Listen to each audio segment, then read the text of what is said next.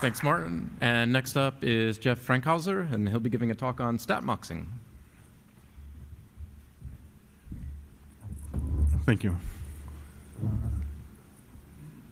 So my name is Jeff Frankhauser. I'm an engineer for XKL, and we design optical networking technology. Our company was founded 15 years ago by the co-founder of Cisco Systems, and this is his next company. Next slide, please.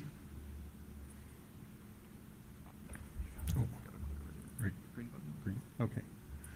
So when we look at the optical networking world, we see explosive amount of band growth in the amount of applications, the distances, the new protocols coming on board, the torrent of information that will be coming from the Internet of Things, and a lot of networks have gone from 10 gig to 100 gig to 200 gig to on and on up to multi-terabits. With the amount of information coming over the next many years, these networks are actually going to continue to be constrained. You have business to business, you have machine to machine, all those things are taking place. And you have, the gains today are being made by, increasing spectral efficiency. We have the modulation schemes of DPQPSK, QAM8, QAM16, QAM32. And all those add spectral efficiency by the ability to increase your bandwidth by exponentially by tenfold. However, within that spectral efficiency, in some cases, depending on the protocol, you're still at 50% of your transport rate.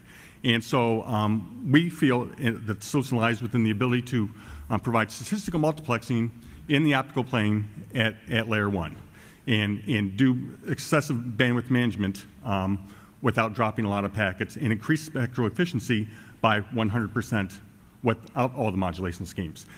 They work very, very well, and we increase them or we add them to our product set as well. However, there's a point when you're moving so much data that you have to decrease the distances between your amplifications, so your economies of scale begin to fail long term. So we've addressed that through integrated statistical multiplexing. It's been around for a long time. Most of the people that are in routers and switches know the technology quite well.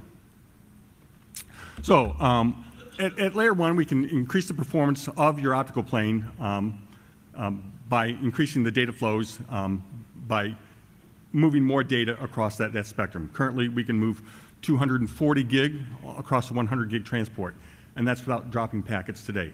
Layer 2 equipment has leveraged this technology for 20 years or better. Okay, and however, within that layer 2 function, there's a great deal of idle packets, especially at the Ethernet level. So you have your idle packets, you have your inter-packet gaps, you have air packets on a per flow basis, and all that actually decreases your bandwidth. So it's very, very inefficient at the layer 2, layer 3, and layer 1 as the transport. So by allocating bandwidth for channels, validated statistical intelligence combines input traffic to maximize channel efficiency. So if we look at a typical flow of data across a time division multiplexing, you can see the multiple flows of data here on the right and left-hand side. And then you can see as the data comes across, you have data, idle packet, inter-packet gap, data, and then on a per flow basis. So you really have a very, very inefficient use of your optical technology. And by integrating statistical multiplexing, we're able to take all those inter-packet gaps, all that idle traffic, and move that more efficiency across the optical plane. And so we get 100% efficiency of data on a per port, per flow basis. And we're doing at the layer 1 port level.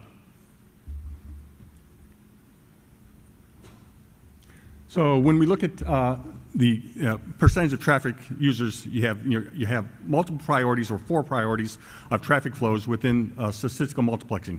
You have your highest priority, which could be a layer 0 or layer 2, layer 3, layer 4. And all those will provide a percentage of bandwidth usage across that optical plane.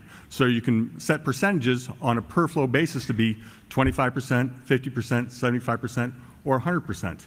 And the weighted round robin, deficit weighted round robin algorithm will allow that traffic to flow on a percentage basis per port, per user.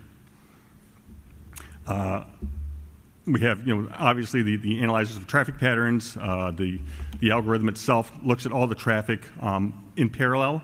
So nobody's getting a scheduling or any type of things. Everything's done in parallel on a per port basis. So with the classifications, we have, the 100%, the 75%, and the 50%, but all those are looked at equally across the entire optical plane. And the data flow moves from 100% to 25% as on a per class priority. So you would have your lowest class at 25%, you would have your second class at 50%, third class at 75%, and then 100% would give you 100% of the bandwidth on a per flow basis.